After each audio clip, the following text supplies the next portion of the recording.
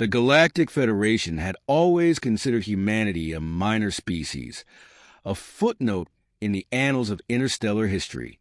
They were technologically inferior, culturally chaotic, and biologically unimpressive compared to the vast empires that had stretched across the stars for millennia.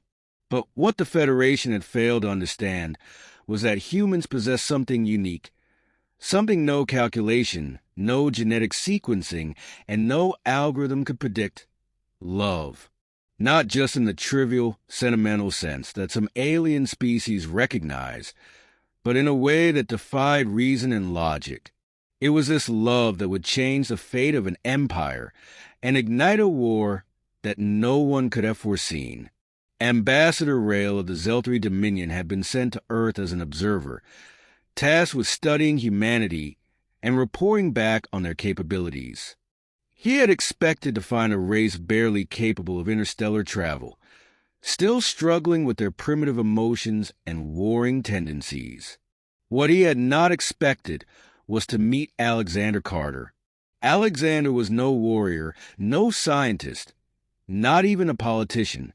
He was an artist, a man who painted the universe in ways that defied Rail's understanding of physics and perception. His work was mesmerizing, capturing emotions and sensations that the Zeltri had long since buried beneath their cold logic and bureaucratic efficiency. Rail had always believed emotions were a weakness, but when he watched Alexander paint, he felt something stir within him. It was fascination at first, then curiosity, then something deeper. He found himself drawn to the human, seeking his company beyond the confines of diplomatic duty.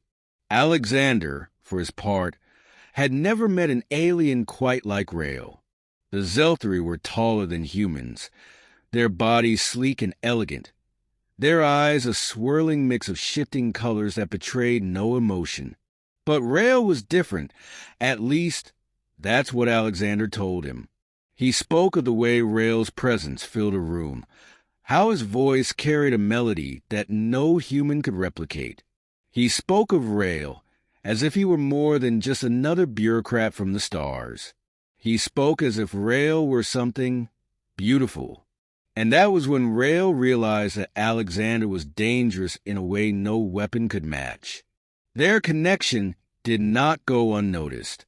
The Federation had long observed human tendencies to form bonds with outsiders, but never had they seen a case where an alien reciprocated with such intensity. Love, after all, was unpredictable. It did not fit neatly into data models or military strategies. It was irrational, and yet, as Rail and Alexander grew closer, something began to shift. The Zeltri Dominion had always maintained a neutral stance in the growing tensions between the Federation and the Terran Alliance. But now, one of their own had become entangled with a human in a way that defied protocol. When Rail refused to return home, choosing instead to remain on Earth, his superiors saw it as treason. The Federation saw it as an opportunity. And the Terrans? They saw it as war. The moment the Dominion declared Rail a traitor, the Terran Alliance granted him political asylum. Alexander, unwilling to let his lover face exile alone, became the face of a movement that the Federation could not control. For the first time in recorded history, an interstellar conflict was being waged not over resources, technology, or territory, but over the right to love. The Federation underestimated humanity's resolve. They had assumed that because humans were physically weaker, technologically behind, and politically fragmented, they would crumble under pressure. But they had forgotten one crucial fact. Humanity never fought alone.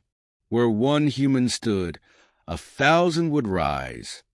And now, with the Zeltri divided and the Federation scrambling to contain the fallout, the galaxy found itself on the brink of a war unlike any before. Rail had always believed that love was illogical, but as he stood beside Alexander, watching the stars shimmer above them in defiance of the coming storm, He realized that perhaps love was not meant to be understood. Perhaps it was meant to be fought for. And so he chose humanity. Not because they were the strongest, not because they were the smartest, but because they had shown him something no other species had. The courage to defy the universe for the sake of something as irrational as love. And as the war drums echoed across the void, Rael and Alexander held fast, knowing that no matter what came next, their love had already changed the galaxy forever.